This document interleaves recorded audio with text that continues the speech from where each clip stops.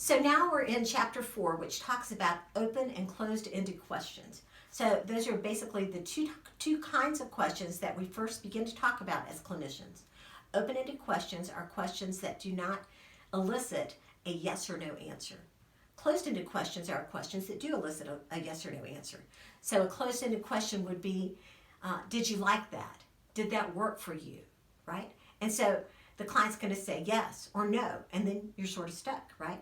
What do you do next? So instead, we want to ask the majority of our questions as open-ended questions. So how is that working for you? That's a question you've heard a lot because Dr. Phil uses it, right?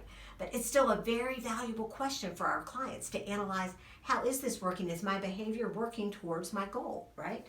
How did that make you feel? Another overused question, but still a good question. We want to try to use that not very often because clients expect that question from us. So instead, we might ask questions like, well, how was that for you?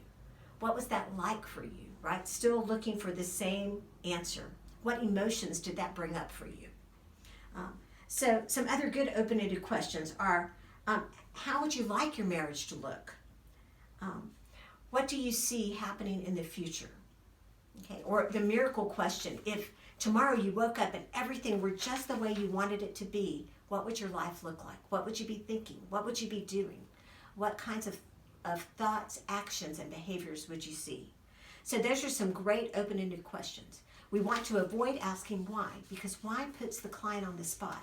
If we ask why, then the client may be trying to answer a question that they don't know the answer to. Sometimes, most of the time, clients don't know why they're doing what they're doing.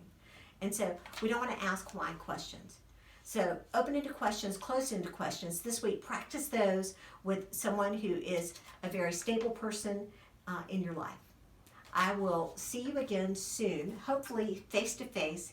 If not, look for a few more videos coming up on Canvas.